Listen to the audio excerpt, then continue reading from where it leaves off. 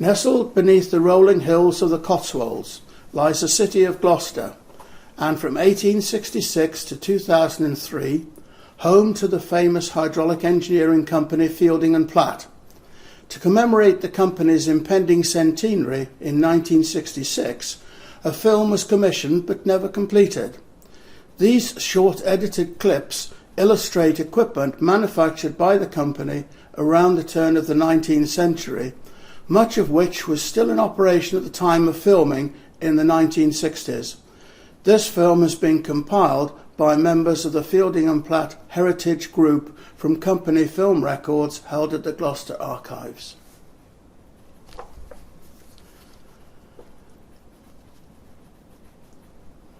This first clip illustrates the Fielding and Platt Swing Bridge, commissioned in 1880, that was located above the lock that accesses the Gloucester docks from the River Severn.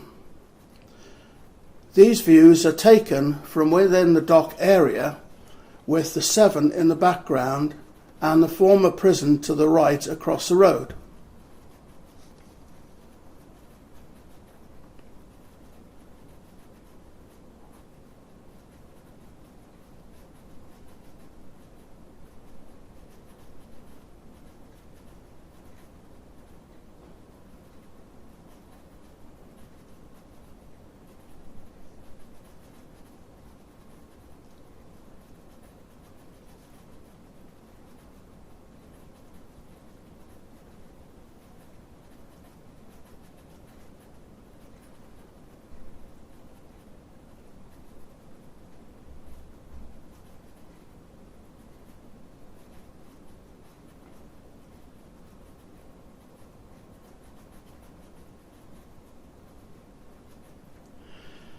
In addition to the normal road traffic, the bridge originally incorporated a standard gauge rail track that linked with other tracks throughout the dock area. The bridge was decommissioned in 1962 and replaced by a cantilever-type bridge without rail track that is still in operation today.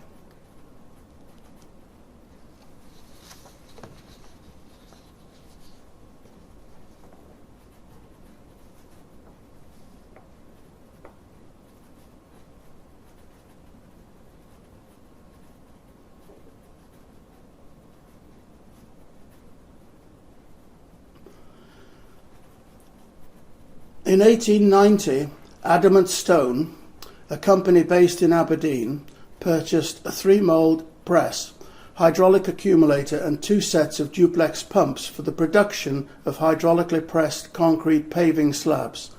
Possibly the first of its type in the country, this press was still in operation at the time of filming. We can now take you through the operations and some of the features of the press.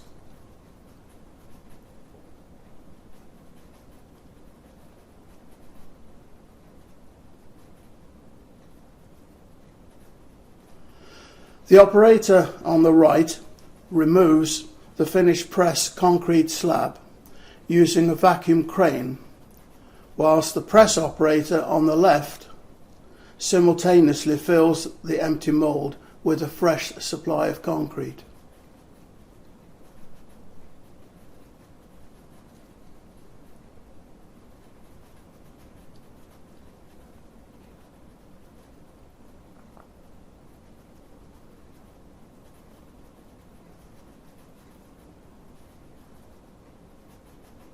The 2 operators in the foreground stand ready to receive the slab onto a wooden pallet. One operator releases the vacuum and then both remove the pallet and slab to a stacking area.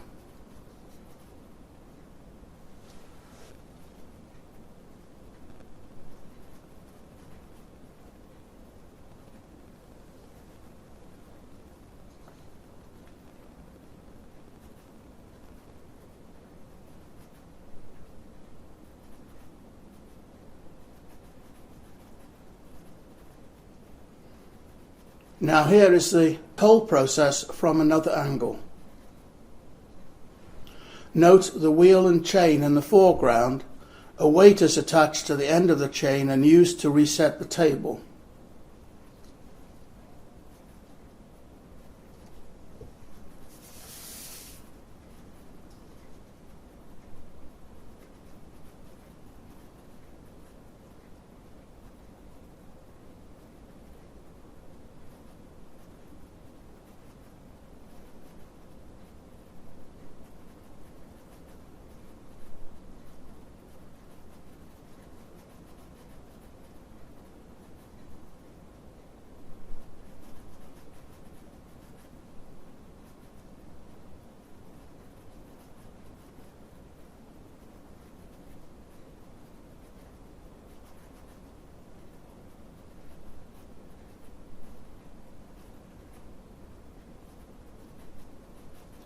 Note the automatic latch mechanism to accurately locate the table under the pressing head.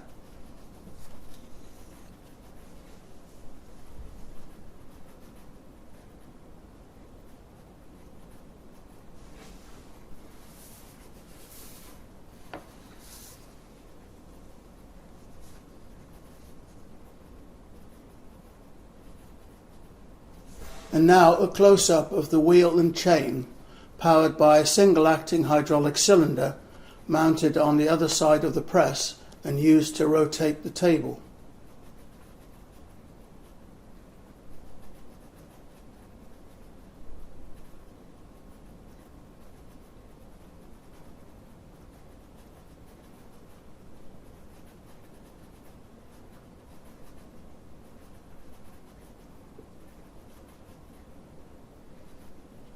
And a close-up of the pallet stacking area and resupply of fresh pallets.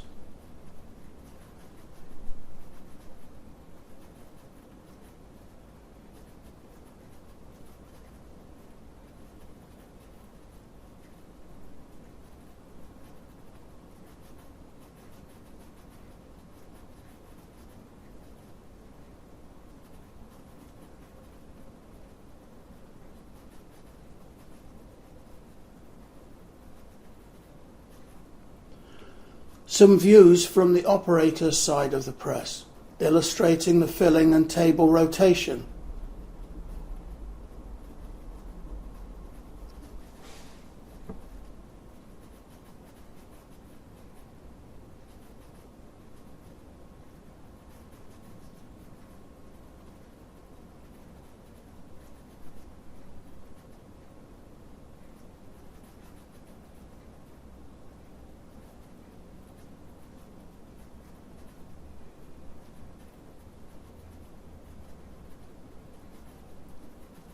With a rotation cylinder in the lower foreground.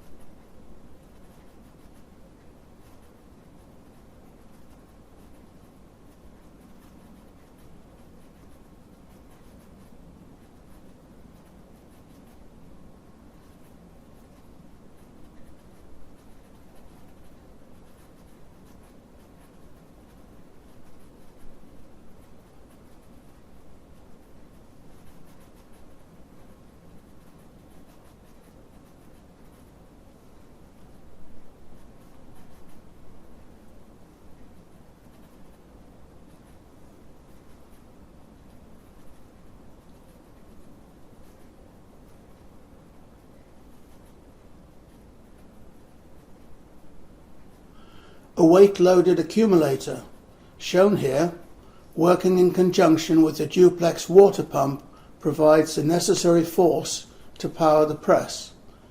Sadly, there are no illustrations of the duplex pump.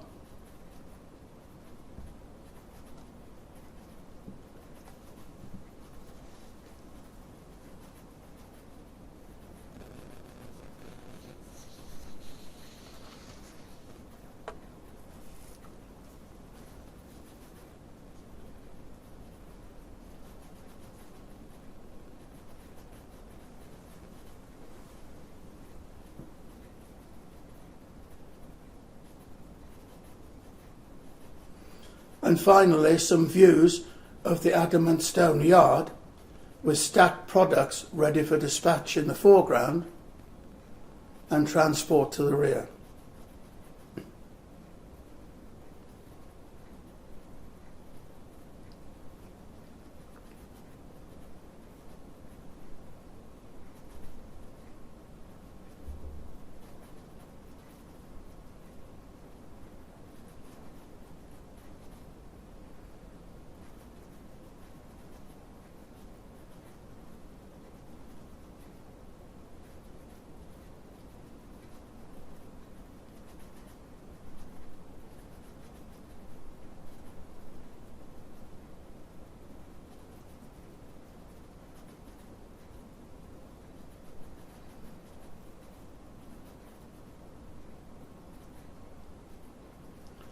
An early customer of hydraulic presses was the Linoleum Manufacturing Company, located at Staines, Middlesex, that in 1888 purchased a number of platen presses for the production of linoleum.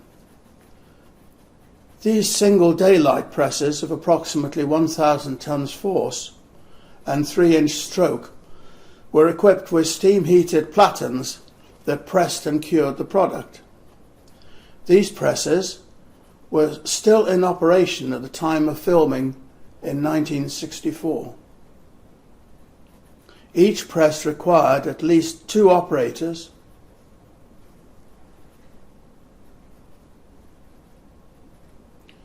We commence with the press producing a continuous reel of linoleum that is being hand wound onto a roller, and after pressing, as the camera pans sideways, note the 2 different colours of product on one of the presses.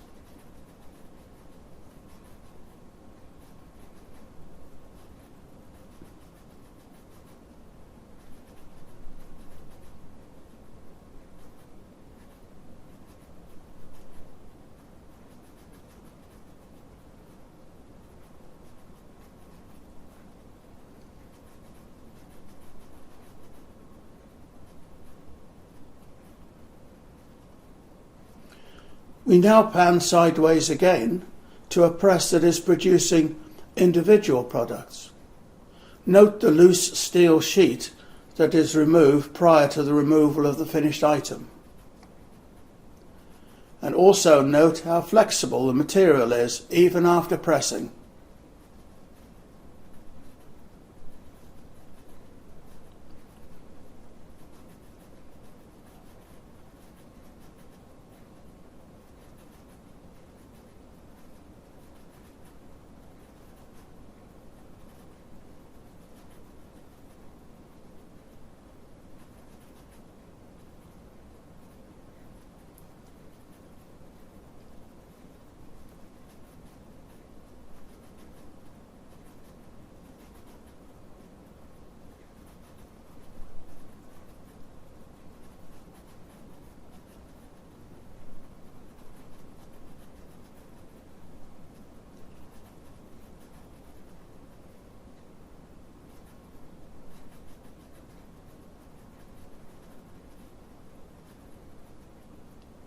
All the presses are upstroking, and we now repeat the exercise of removal of the finished product from the press across a set of rollers.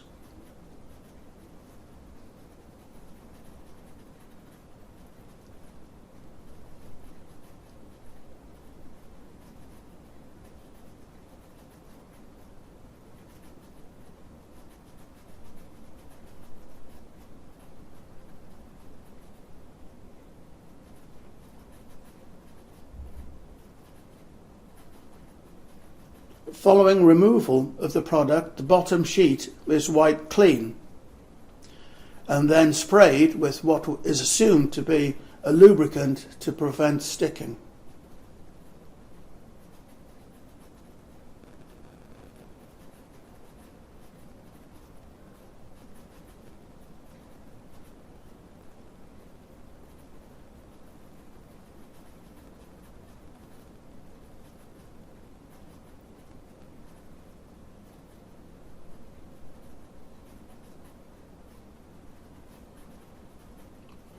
A fresh product is hand loaded onto the bottom plate. The top sheet is lowered and the whole assembly is pushed under the pressing head to repeat the exercise.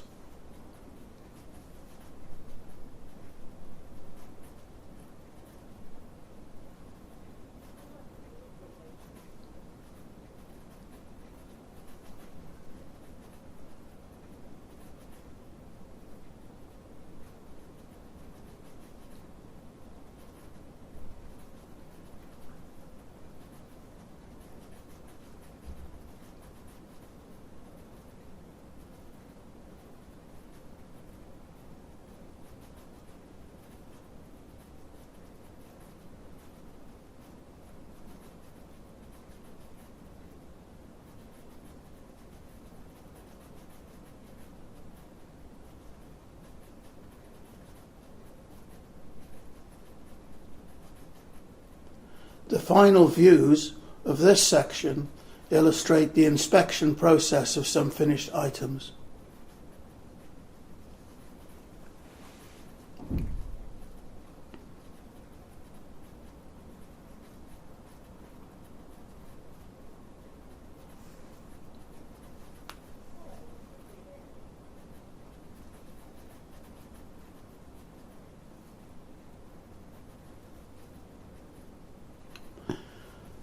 Turning next to views of a Fielding and Platt punch shear in operation. This machine was equipped with shear blades on one end of the machine that could shear up to 1 inch thick plate and a punch device on the other end for punching holes.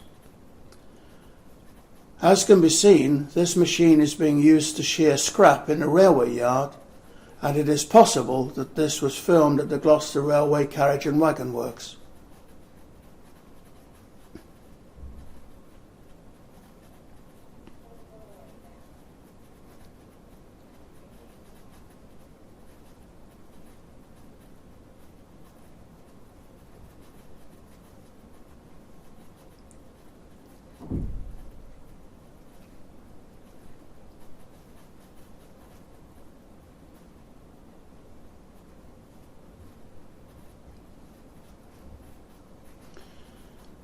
This version is a mobile machine driven from a power takeoff from what looks very much like a Fordson tractor. An interesting point to make is that there are no catalogues uncovered so far that appear to include a mobile version of this machine. The earliest catalogue showing a punch shear is a 1915 catalogue illustrating a hydraulically operated version.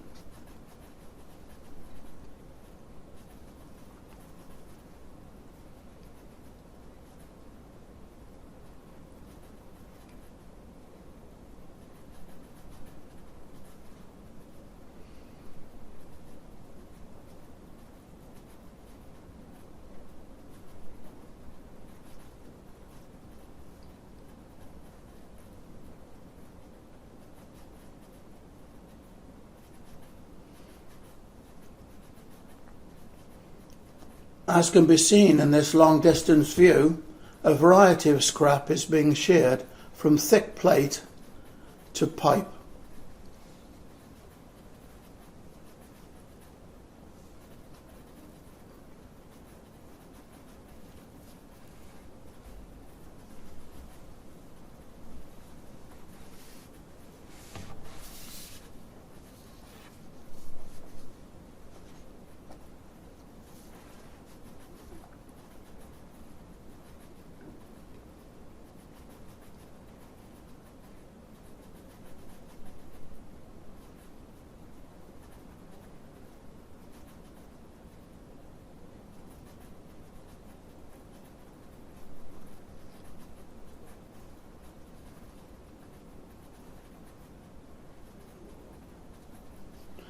And now for some close-ups of the machine in operation.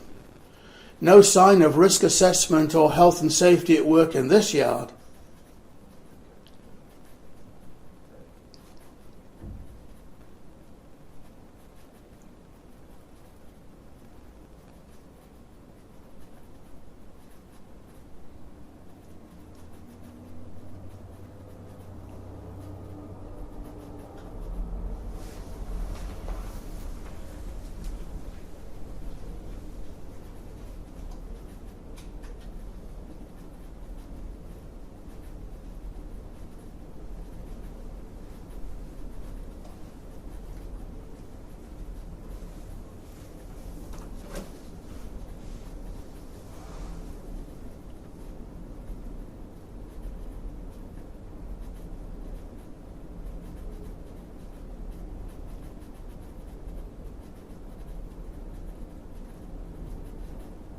And finally, the machine also has a feature for shearing angled sections.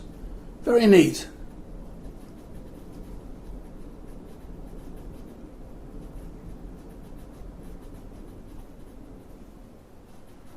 Yet another belt-driven punch shear that has had a lick of paint, whilst our erstwhile photographer Brian Mince is applying the finishing touches.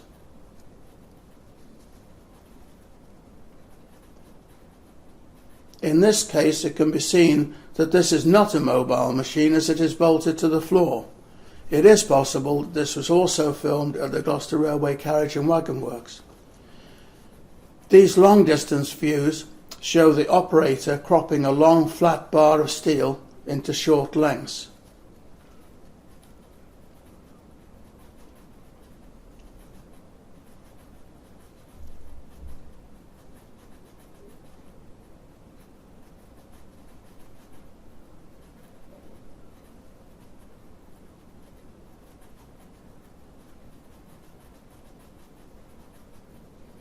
Now taking a closer look from the opposite side of the machine.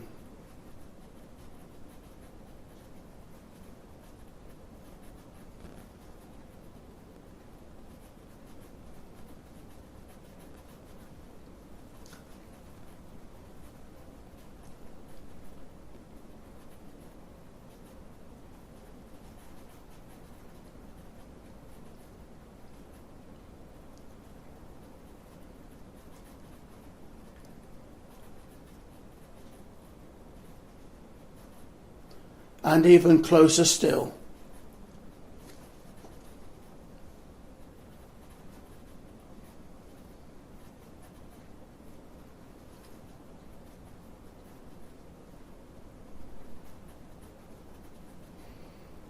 Moving to the other end of the machine, we can see the punching facility in operation. Here, the operator is punching square holes through a flat steel bar, and it seems he's having a bit of trouble extricating the bar after punching.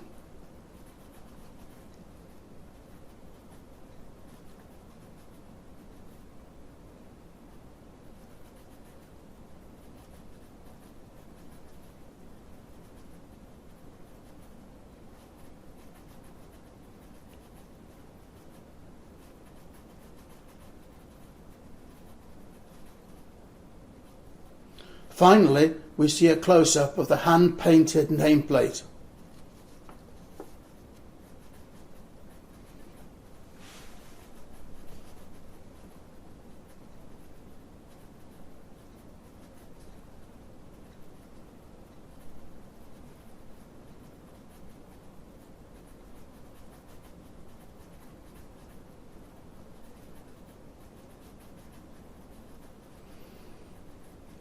Here is an excellent example of a working steam-driven 3-cylinder crank pumping engine.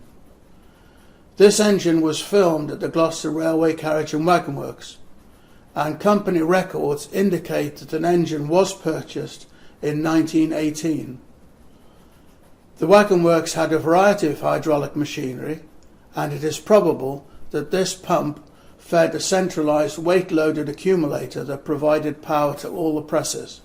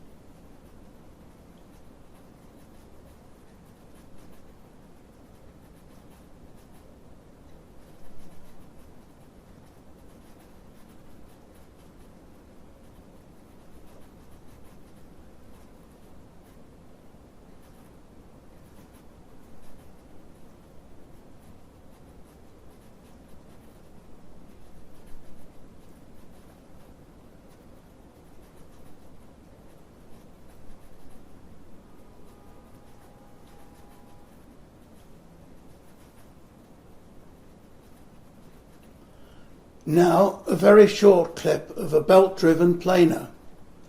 It's not known where this was filmed.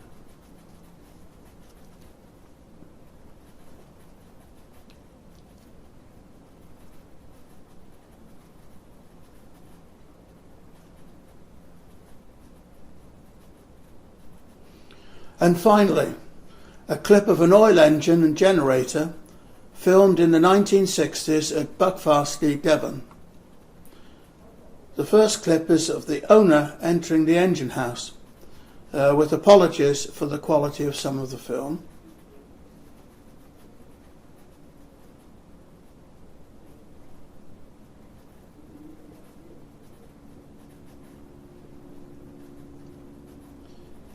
He then walks to the front of the engine and commences a starting procedure, and the engine fires up.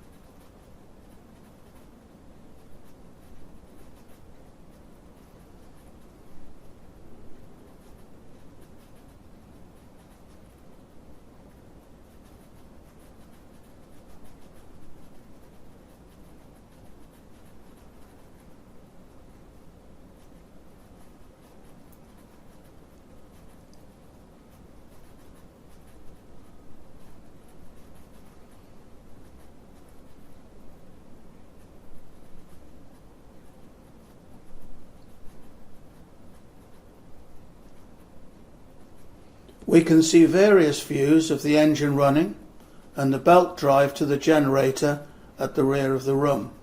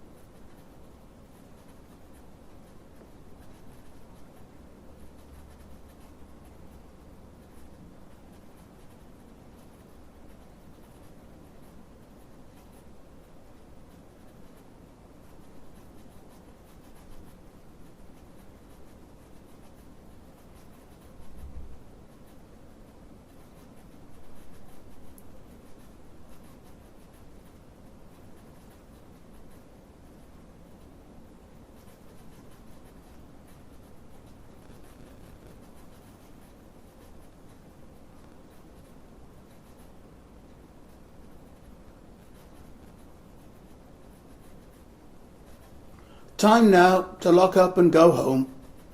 Your contributors were John Bancroft, John Davis and Brian Mince from the Fielding and Platt Heritage Group, and Paul Evans from the Gloucestershire Archives. Thank you for watching.